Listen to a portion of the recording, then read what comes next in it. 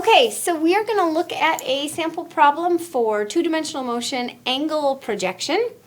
And the problem reads, a stone is thrown from the top of a building downward at an angle of 25 degrees with respect to the horizontal, has initial speed of 20 meters per second. If the height of the building is 45 meters, how long does it take the stone to reach the ground? And what is the velocity of the stone just before it hits the ground? So, let's look at this problem. Again, we want to identify the object. So our object of interest is that stone that's being thrown. We're going to look at both the initial and the final. What starts our motion? What ends our motion? So the initial is when the stone is thrown. It's released from the hand. And our final is when it hits the ground. So that's the motion that we care about. So it's being thrown at an angle. So it has two dimensions of that motion, projectile motion. And we know that it is in free fall as our model for projectile motion. So let's draw our picture. Here we have a building. And we have a stone being thrown from the building. We know it's being thrown in the downward direction, it says. And that's the ground. So the first thing we need to do on our picture is identify the origins, both horizontal origin and vertical origin. So let's put our horizontal x equal to 0 at the location that the stone is thrown in the terms of the horizontal dimension.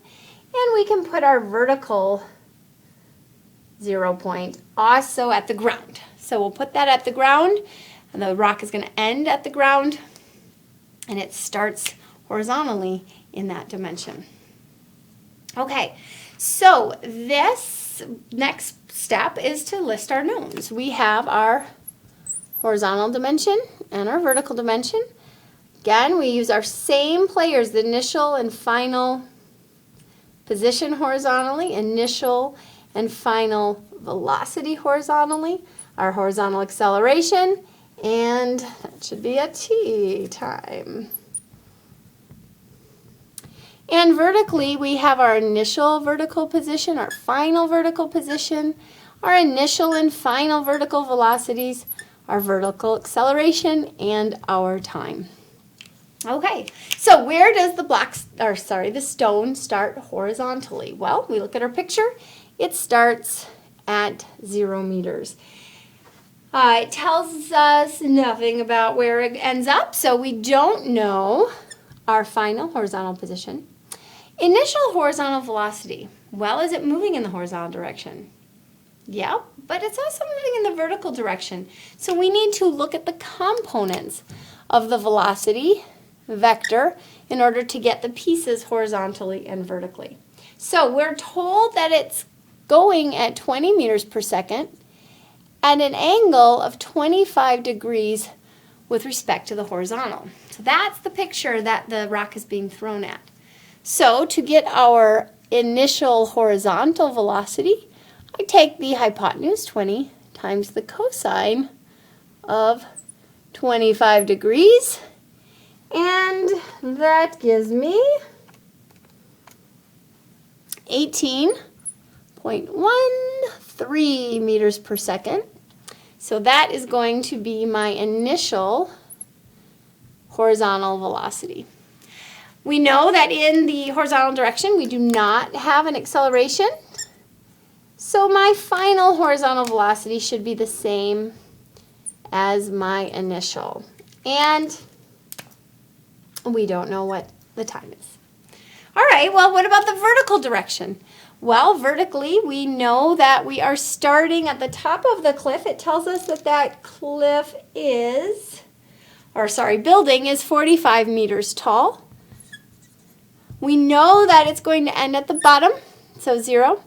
My initial velocity vertically, it is moving in the vertical direction. It's moving in the downward vertical direction. So how do I know how big that is? Well, that's this component of the velocity. And that magnitude is going to be 20 times the sine, the opposite of the angle, of 25 degrees. which has a magnitude of 8.45. And notice that I'm using the word magnitude because it's in the downward direction. We need to be explicit about that direction. So if I'm going to use this 25-degree angle, I have to be attentive to the direction of that motion. Okay, so my initial vertical velocity is minus 8.45 meters per second. I don't know my final, but I am in free fall. So that's negative 9.8, and I don't know the time. So the question asks, how long does it take for the stone to reach the ground? We're interested in the time it takes for the stone to reach the ground.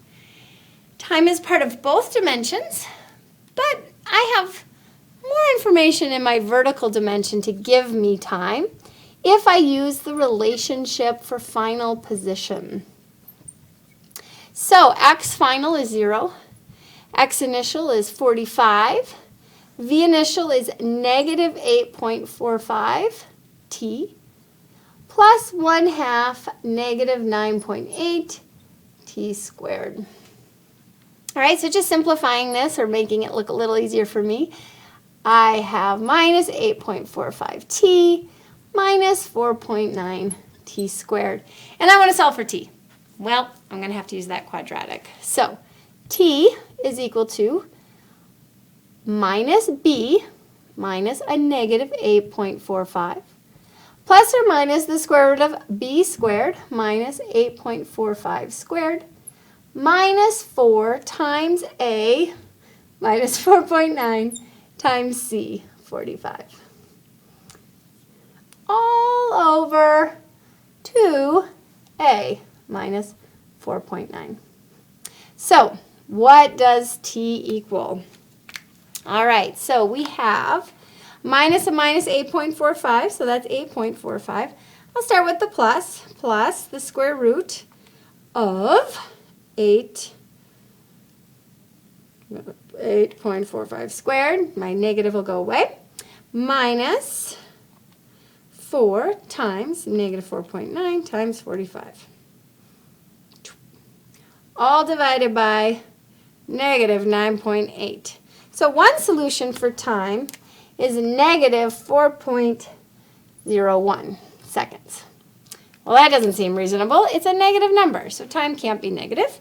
So we have to look at the other solution. So 8.45 minus, now we have the square root of 8.45 squared minus 4 times negative 4.9 times 45, all divided by negative 9.8.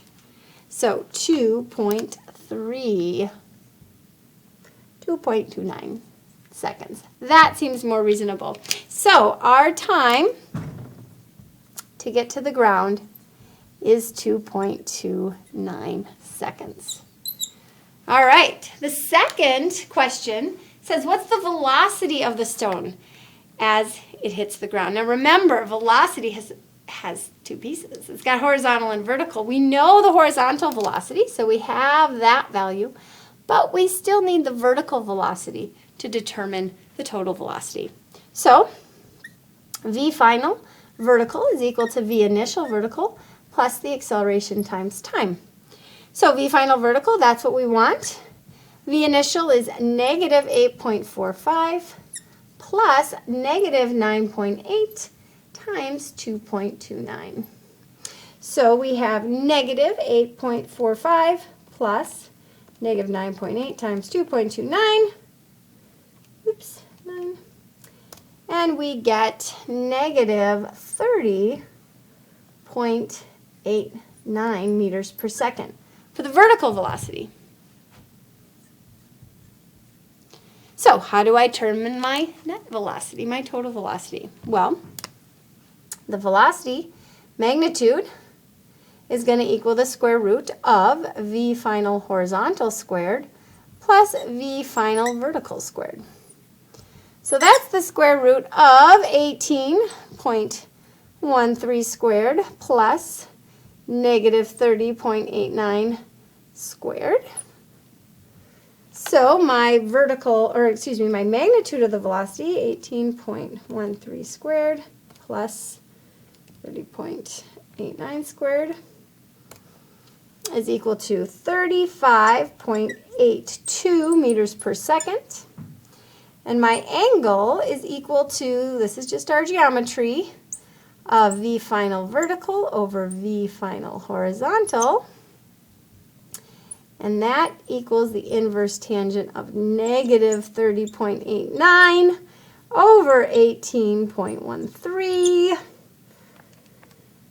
Negative 30.89 divided by 18.13 is equal to negative 59.59 degrees.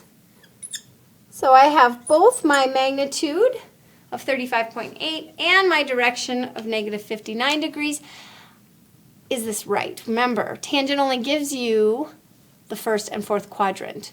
This tells me I'm in my fourth quadrant, and I do expect that to be down and to the right. I have a negative vertical, a positive horizontal.